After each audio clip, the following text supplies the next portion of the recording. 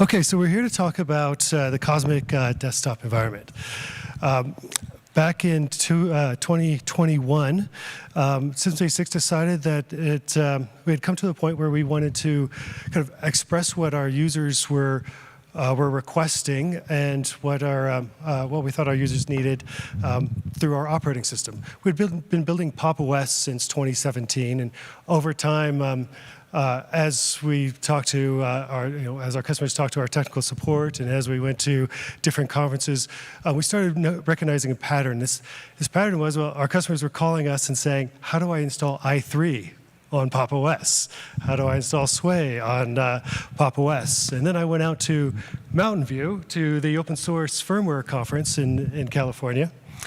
And all the attendees were using i3 or Sway or another tiling window manager. At that time, Pop! OS was built on the GNOME desktop, and we had a number of different customizations that were things that were just the response to feedback from our customers. Things like adding Do Not Disturb, things like theming that kind of lightened the experience in the desktop, for more rounded corners and brighter colors, and we had a dark mode, and the dark mode hadn't existed in GNOME at that point. So a lot of things that were just our response to our customers' needs as they came up. And one thing about the System86 is that the tech support team is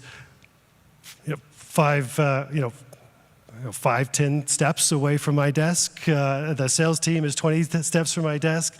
The engineering team is, well, all over the world, but also here locally in Denver, Colorado. And so when something comes up with the support team, I hear about it right away. And we're able to assess whether that's something that's a broad need of our users and start implementing that for our customers in Pop! OS. Well, over time, as these needs started to grow more and more, and tiling was kind of one of those larger ones, we realized that some of the things that we wanted to do weren't going to be accepted upstream. So, and that's perfectly fine. Every project can have its own ethos and ideas and how they want to express or deliver software to their users.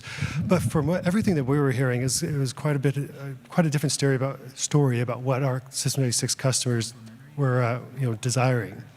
And so we built tiling into Pop! Shell. This is an extension for GNOME. And with a simple toggle switch, you could tile your desktop, you could grab them and move them around and easily move around the desktop with keyboard shortcuts. So after building Pop! Shell, that's when Pop really started taking off. We had differentiated ourselves and delivered something that we knew that our customers were asking for, and the number of users increased substantially after that. The other thing that kind of set Pop! OS apart was, as a hardware manufacturer, we really care about hardware drivers. We care about NVIDIA working really well because our customers demand NVIDIA GPUs for different needs, and we need AMD CPUs and GPUs to work, Intel CPUs to work, and so we spent a lot of time on hardware enablement. So the first thing that really got Pop! Rolling was, well, we had really good hardware enablement.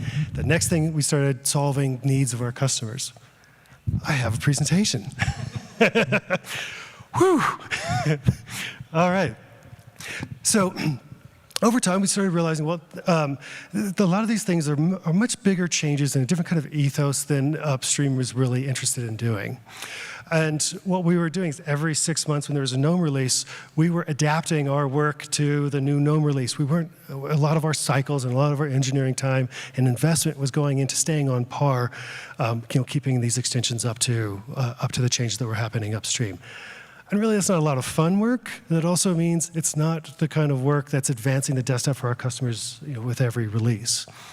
Eventually, we decided it was, when there were some more changes made with GNOME, that it was probably, we were at a good point where we should maybe do something more dramatic to respond to our customers' needs and build an entire desktop environment. So the first part of this slide and this presentation, I really wanted to talk about System86 a little bit. But we got moving a little late, so I'm going to kind of work through the beginning of this slide, and we'll come back around to Cosmic. So the computer is the most versatile and powerful technology we have ever created. It's a foundational technology. which means that it propels all other industries, whether that's energy or communications or medicine, or if we want an abundance of healthy food, clean water, an abundance of energy, all of those things and all those innovations are accelerated by the computer. The computer is what helps us advance every one of those. So it's kind of like the core foundational technology that helps accelerate all other technologies. And for that reason, it must be open. I think this crowd probably understands why, but if computers hold such an important place in, as a technology that propels all other technologies, why does it need to be open? Do we have ideas? What do you guys think? Why is it important that a foundational technology is open? Collaboration. Actually, that's the core of it. A lot of people might say, well, if it's at the core of everything we're doing, it's really important for security for it to be open, or for other reasons. But I think the real reason, the most powerful reason, is that if something is so important that it accelerates all other industries, that its speed at which it accelerates also amplifies all other industries and how they succeed. And the only way to do that is participation. And the only way participation is possible is if it's open. It doesn't work in a proprietary world. And so that's our mission at System 76. Our mission at System 76, we do a lot of different things to advance that, but at its core, it's to liberate the PC, and that's the reason we do this work. So that includes open source firmware, open source hardware, all the hardware that we design. We have a factory in Denver, Colorado, about 20 minutes from here, where sheets of aluminum and bars of aluminum come in. They're completely flat and just shiny aluminum. It goes onto a laser. It's cut, it's bent, it's shaped, it's painted. It's all manufactured here in Colorado, and about a week later, it ships out to our customers. Currently, we manufacture our desktops and our keyboards here in Colorado. We still use ODMs for laptops, but that's the next venture for System 76, is bringing laptop design in-house.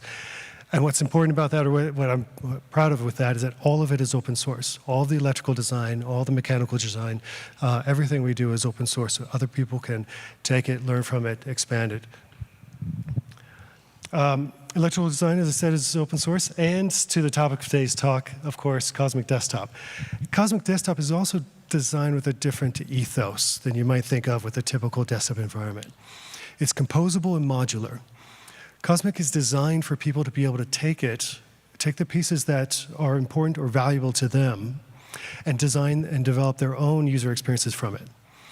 We'll get into that a bit more at the end of the talk.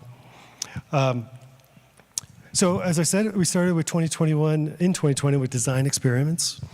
These were Figma mock-ups or working mock-ups so we could test our user experience. All of our apps are responsive. All of them have a certain set of elements that, as you combine them together, create a full application. These were just mock-ups. They have a lot more weight to them, and eventually that started to flatten out as the designers really got to chopping at them.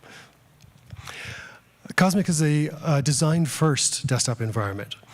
So all the widgets, the buttons, the switches, everything in Cosmic was designed first and then implemented by the engineering team.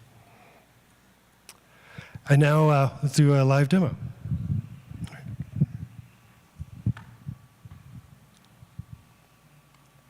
Okay, so this is the Cosmic desktop. It's not just a desktop environment. Here you see I have a panel on the right-hand side. I have a dock on the bottom. There's a number of first-party apps. These apps are built with libcosmic, which is the library for building applications. The design system is expressed through libcosmic in the applications. So by using one library for building applications, there's consistency across all of the applications built for Cosmic. This is Cosmic Files. If we grab a side of Cosmic Files and pull it down, you'll see how it responds to a different window or different screen sizes. Menus also respond. So if you can imagine, we were building a desktop environment that can work on any screen. So it doesn't matter if it might be a phone screen, it might be a tablet, it might be a laptop or an ultra-wide. It needs to work well in all of those different kinds of environments. There's Cosmic Store, which is the App Store. Cosmic Settings is the Settings application. Cosmic Edit is a text editor. You can open a file here. And Cosmic Terminal, all built with libcosmic. So there's this nice consistent experience across all the applications. Of course, we have tabs and a lot of features. Actually, I always mess this up because Cosmic Terminal has so many features that just don't come to mind for me. But Jeremy, you want to tell them about some of the features it has? Yeah, so it's GPU rendered. It uses Alacrity Terminal, which is a part of Alacrity that's for terminal parsing, but it has different UI. It has features like custom syntax themes, which we can see if we go to color schemes. We can import. You can create them. There are some that are already online and available. You can create profiles. So if you want to have a profile, for example, you could create one that just launches sudo-s and give it a different color. You could give it a different color scheme. Yeah. And, there's so much more. It has it. So yeah, when we started Cosmic, there was one project we had to work on very rapidly and very eminently. In Rust, there was really no good text handling solution. So one of the things I started on was Cosmic Text, which is a pure Rust library that also brings in a few other pure Rust libraries like RustyBuzz, FontDB, Swash, and integrates all that into a full text shaping solution. So we have in Cosmic Term, and it's one of only a few terminals, a handful of terminals that can actually support it. We have full bidirectional text support, and languages like Arabic and Hindu are completely shaped. So that was one of the important things, and that's also being used in all of the other Cosmic applications, and it's become a core part of libcosmic as well as our upstream, which is iced. Yes, one of the interesting things about building Cosmic is that there wasn't really a Rust windowing system when we started. So what we've been able to be a part of is building the ground foundation for building Rust applications and Rust windowing, all the way down to the lower levels of text rendering, which didn't exist before we started working on Cosmic. Okay, so there's a bit about some of the applications. On the desktop, we talked about tiling with being an impetus for one of the main reasons that we started working on it. And with a simple key press, you can turn on tiling and move all the windows around in any orientation that you need. There's an applet over here on the left where if we toggle this, we can turn off tiling and turn tiling back on. So if you have an experience with i3 or Xway or some of those, they're fantastic window managers, but they require a lot of setup. But their functionality and their features are really nice. What we wanted to do was bring this whole tiling concept, which we think works really well for a lot of people, and make it much more accessible and easier for people. So in Cosmic, with just a switch, one toggle, you can tile all of your windows. We also treat keyboard shortcuts and mouse actions equally, meaning that some people are just really more prone to use a mouse, and others prefer keyboard shortcuts. So in our early iterations of our tiling on GNOME, you couldn't use the mouse as well as using keyboard shortcuts for tiling. We changed that with Cosmic. So we can grab a window, we can see which group it's in, we can stack windows, we can pull a window out of a stack and move it around. And of course, all the applications are responsive, so it doesn't matter which kind of layout we do, you're still going to be able to use your application effectively, even when it's smaller in the corner, for instance. Another key feature of Cosmic is our theming. So we'll open this up. And let's open files. So really, I think at the highest, like from the design level, what we're really wanting to achieve with Cosmic is to make computing kind of fun, personal, and productive. So we think about those three things when we think about the type of features we're going to build.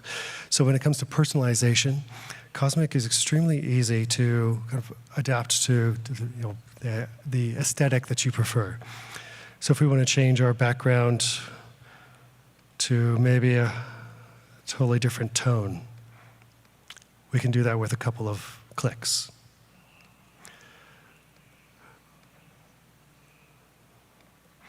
We can change our accent color. And these apply to the launcher, which I'll talk about in a little bit. As of 15 minutes ago, the launcher. The application library. The panels. The panels. All of the apps. Yeah, all the apps. They also apply to GNOME applications if you have theme sharing on. So this we should, if we closed it and reopened it. Disk is a good one. Load. Yeah, disks. So, so we almost have a complete suite, but there's still a couple gaps in the application suite. So as you can see, even disks is matching the rest of the theme. Is it? Well, it will. Hey, I think we might have that disabled. Is that possible? Yeah. It's on. Right. Yeah. Probably. We're doing a lot of hacking this morning. All right. So, but as you can see, with some. Oh, right. Now we're in the real danger mode. Okay, and then light mode. You can.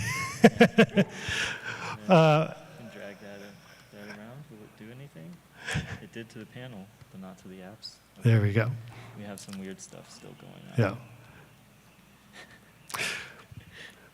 But it makes it very easy to customize it both for you personally and I think just as importantly, if you're a distribution or even a company, you can use Cosmic and you can brand it for your own distributions. Like if you're OpenSUSE, the thing that you deliver to your users should look like OpenSUSE.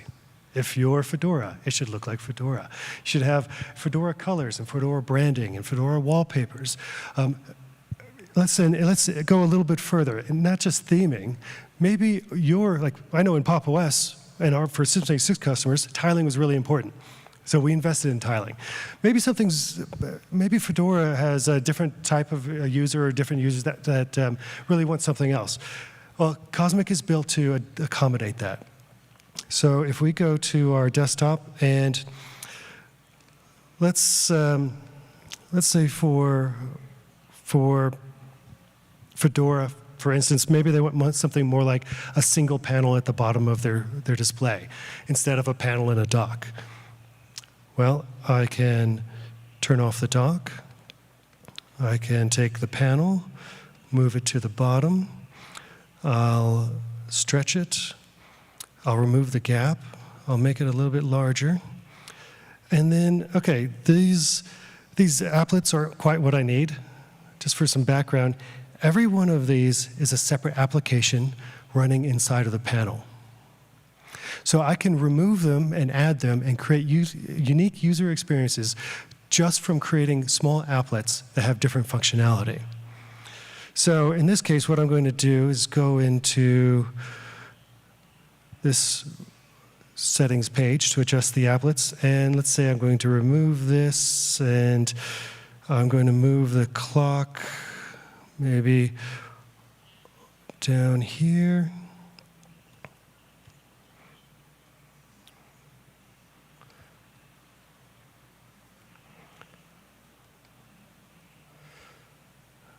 Maybe I'm going to move power all the way to the front.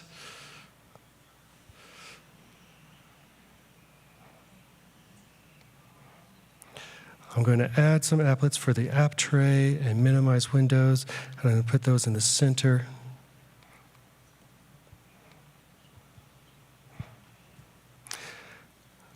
And maybe I don't need a couple of applets on this side that I don't use. Oh, that's a good one. Okay. And now I've customized my own desktop for how I prefer to work. Or in this case, as an example, maybe this is what Fedora, from their user feedback, they might feel like is the best layout for their default settings. Maybe it's different for NixOS. Maybe it's different for OpenSUSE. The point is, distributions are closest to their users, and distributions should be able to, or should have a platform, or Cosmic's built to be a platform for them to create experiences that are best suited for what they hear from their users. Maybe none of their users use tiling. Well, we can just remove that and not worry about it. We can remove the keyboard shortcuts in their configuration and not worry about it if it's something that's not important for their users. We can move panels to any location on the screen. We can stack panels on top of each other. You can write custom applets. If you remember, do you guys remember Unity from Ubuntu? I think a lot of people here probably do. They had the start button in the top left, and when you clicked on it, it opened a screen that had lenses inside of it. And lenses were different search sources. Well, in the world of Cosmic, a lens, that entire window with the lenses would just be one applet. And you could put it in the panel, and you could recreate that experience. You could technically recreate the GNOME experience inside of Cosmic. If you think about Linux and what Linux has been, what has made Linux so powerful and successful in a lot of places is because people use it to build things with. We have a kernel, we have driver stacks and storage and all this functionality to build with. But one thing we've been missing is kind of that top layer, the UX layer, the presentation layer that the user interfaces with. We haven't had something that's kind of modular and composable and can be used in different ways to build a custom experience. That's what Cosmic is working toward. That's kind of Unity-ish. Yeah, except all that's weird. Put a clock up there in the middle.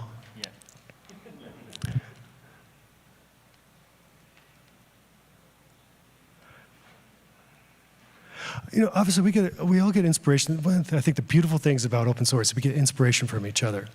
So I used i3 and Sway for a long time, and I had all my dot files, and I love playing with my configuration, except until I don't have time anymore, and then it starts falling apart, and it doesn't work. But a lot of our inspiration comes from the people that came before us. It's really, and we hope that to be the inspiration for people that come after us as well. But as you can see, that this is basically i3 config files on easy mode. You click a button, you add an applet, and you position it wherever you would like. It's tiling on easy mode. It's all of those things. It's theming on easy mode. You're not taking a configuration file and finding a hex value and dropping it in and then restarting your session, doing all those things. You're just clicking inside of a palette and playing with your desktop. So it makes it more fun, a little faster, a little easier. All these things are really cool, making them easier to approach. Okay, let's see. The last thing I want to talk about before handing over to Jeremy is the launcher and maybe a little bit about the app library. So different people access things in different ways. Of course, we have the dock where you can just launch and pin applications to it. The application library is kind of your visual view of all the applications you have installed. You can group them. You can create custom groups. Like we can create a gaming group. And then, I already have a gaming group. Well, in my gaming group, I have nothing. But maybe we move Minecraft over there. Maybe we want media. VLC should be in media. How about GIMP and media as well? But the application library is a nice, easy visual way to both search for your applications. Oops. Search for applications. Launch applications, organize applications. But there's also Launcher. The Cosmic user experience is designed around Launcher. You can think of this as an alternative to Alt-Tab. Alt-Tab kind of sucks. You press Alt-Tab, you pass the window you just wanted to get to, you keep Alt-Tabbing around to get back to it again. It's not a great way to navigate your desktop. If we, let's see.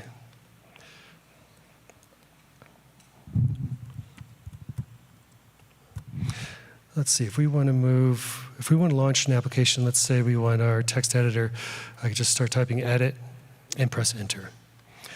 If I want to switch to settings, just start typing settings, and it'll launch, and it'll switch to the settings app. It doesn't matter which monitor it's on or which workspace it's on.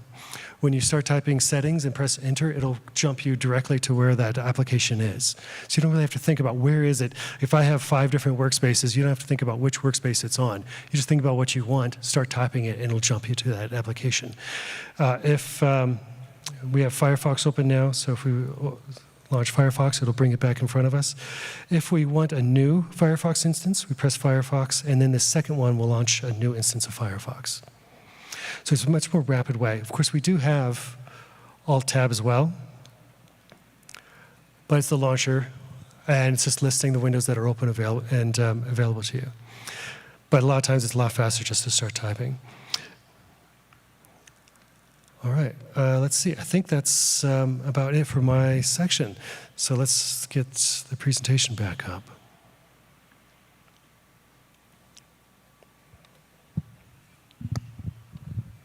Yeah, as Carl mentioned before, a lot of our emphasis has been on how do we keep Cosmic modular, and that really has been a ground-up kind of thing. When we started Cosmic, we wanted to figure out how, because we were moving from a GNOME environment, how are we going to bring our extensions over in a way that they're optional, and they're not going to crash the desktop environment, and they don't have to be updated alongside the desktop environment. So extensions are done. And I'm going to just jump straight to the Cosmic panel place, and then I'll jump back to Cosmic config. So Cosmic panel, which sources both the panel and the dock, they're just instances of Cosmic panel. You can have as many instances as you like. All of the items inside are Xwayland applications. And Cosmic panel is itself a Xwayland compositor. And you can write your applets in any language that can produce a Xwayland window. And so the benefit of this, we took this slide out, but you can run anything you like in Cosmic Panel. You can run video games inside of Cosmic Panel. If you want to run Doom Eternal, now that Wine has finally updated to have Xwayland support, you can run Doom Eternal in your panel. And this also provides us the benefit of being able to show third-party applets. So we are able to actually use Flatpak for third-party applets, whereas other desktop environments, often they use JavaScript, and the extensions have to live inside of the same process as the compositor. With Cosmic, those extensions, those applets can all be sandboxed, and we can have them installed from third parties securely. And yeah, so we have a few configurations that I'll show you later. I'm going to talk about the configuration mechanism. So this was another thing, is how do we keep it, there were 2 kind of things that I thought were important. It needs to be hand-readable and hand-writable, and it needs to be portable. And there are some issues with configuration in other desktop environments that make those 2 things not possible. If you look at GNOME, for example, they're using G settings, which is portable. They have different backends for different operating systems. But it isn't hand-writable because it writes to a dconf database, which is not plain text. If you look at KDE, they have configuration that is portable and hand-writable. But I found a few problems with the way that they manage state. The configuration often includes state information that should not be part of the configuration and should be separated out. So what we've done with Cosmic config is we have flat files, and that file config is completely managed via atomic operations. So anytime you change a setting inside of Cosmic, the files are changed with atomic renames so that you always get a complete file. They are versioned, so we can have different versions and do migrations between the versions. And we have separated out the state, so the state lives in a different folder. And what I mean by state is not the state, like the oppressive state. I mean, I mean, Cosmic may have, if you have a window and it stores its size, many applications remember their window size. That's something that probably shouldn't be synced between computers and saved in a Git repo because it will change every time you resize the application. But if you want to maintain that state, you can save it in a different folder. So what we've tried to do is make it so that this next demo is possible. And Carl, you might have to hold the microphone up. So we've done a lot of changes in Carl's environment, and Carl doesn't like these changes at all. So we're just going to cd to the .config/cosmic folder. We're going to do an ls, which is just standard. Anytime we go to a new folder, figure out what we're doing. Git status. Wait, this is a Git repo? Git checkout dot. All right, now Carl's got his old config back. Let's do a git pull. OK, looks like Jeremy has some changes. That's me. Git checkout Jeremy. All right, this is Jeremy's config, including the panel that doesn't die. So I'm just going to kill all Cosmic panel, and that should load correctly. So what we're able to do with these files is manage them with any application that can manage files. And I thought it would be a cool idea to have a bunch of people check in their configs into a Git repository. And then all we have to do to live change between the configs is just git checkout. So Levi is our QA manager, and he has a cool config that I like. We might have to, again, kill the panel, because we have been working on that. Do we not have his wallpaper? No, we don't have his wallpaper. Oh, well. We can check out Thomas's config. Thomas has a custom theme, and he has the Minimon applet up here. And then we can take it all the way back to Carl's config. And hopefully everything updates. We've had some issues with updating from the theme that we were literally working on out there, and it hasn't quite been fixed. But yeah. We can edit the files, so if we want to see, for example, I'm going to have to remember theme.mode is dark. All this file does is say if the mode is dark or light. I can change it back and forth, and the applications that are not misbehaving will change. I promise it'll be working in like 2 hours after this demo, because I was so close to fixing it. This exact same thing happened to me last talk I did. Everything's working fine, and the night before, I'm like, guys, my themes aren't changing.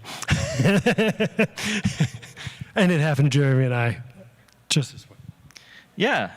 Is there anything else? There's Jeremy's pushing the talk. So,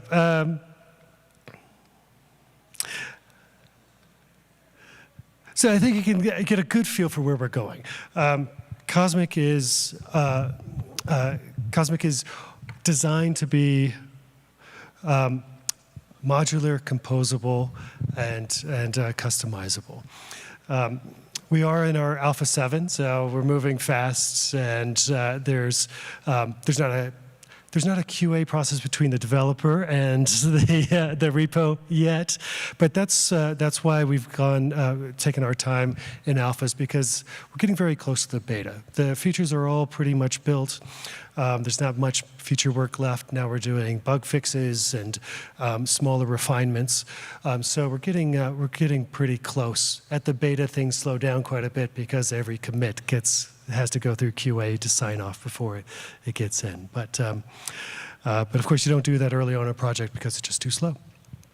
It's a platform. Cosmic is a platform for developers to use what fits your needs, develop new applets and shell components. So we call each one of those applications in the panel an applet. I can see applets being extended further than just panels and moving into the launcher for adding additional Okay, he really wants to talk.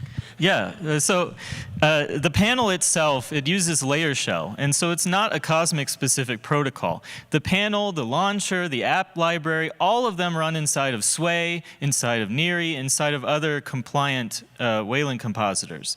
And then all that you have to do to interface with the Cosmic compositor is be a Xwayland application.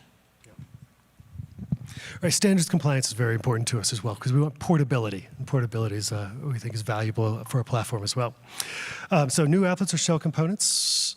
For distros, adopt different configurations as we talked about. Maybe your panels are laid out in a different way. The applications you choose, or applets you choose, their locations, maybe the functionality of Cosmic that you want or don't want. You can add and remove it at will. Ship different applets and components, and with theming, you can brand Cosmic to look the way you'd like it to look, so it fits in. When someone goes to your website, Fedora, is it just fedora.org? Is it really? fedoraproject.org, yes. When you go to fedoraproject.org and it's blue and it has that specific feel, when someone downloads your operating system and installs it, it should have a similar feel to the way your brand feels when you're at the website. So you're able to do that. And for end users, of course, to make it in your own. You can have horizontal workspaces. You can have horizontal workspaces. You can have vertical workspaces. You can have workspaces per monitor. You can span all your workspaces across. You can have tiling on one workspace or one display, tiling off on another one. You can lay out Cosmic easily in the way that works best for you as an end user.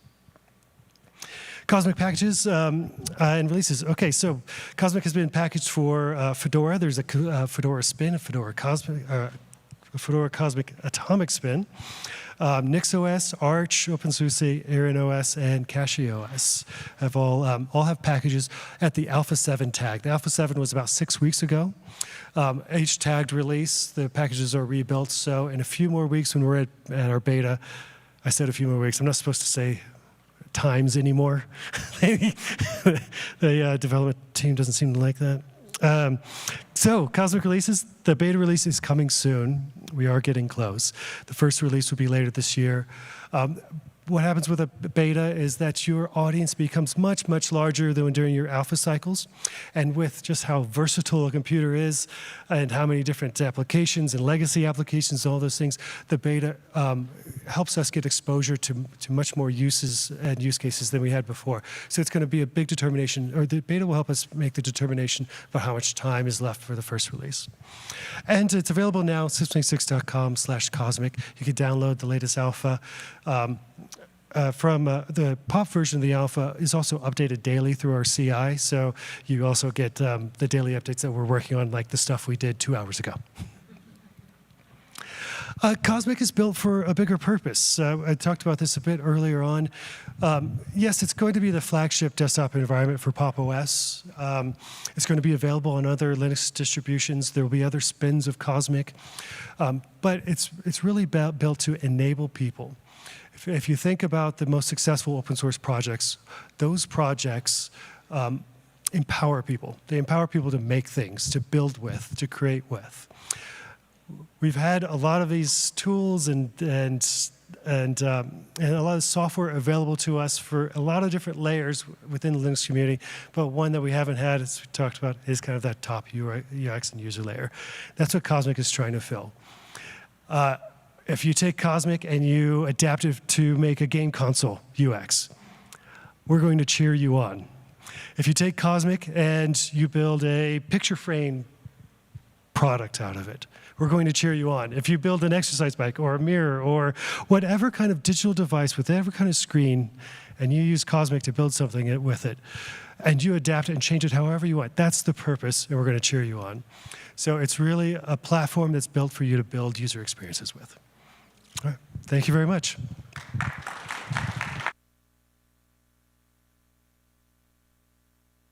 Yes, and feel free to reach out anytime. Jeremy and I are easy to get a hold of on Mastodon or X, and all of our developers are in Mattermost, our Mattermost chat.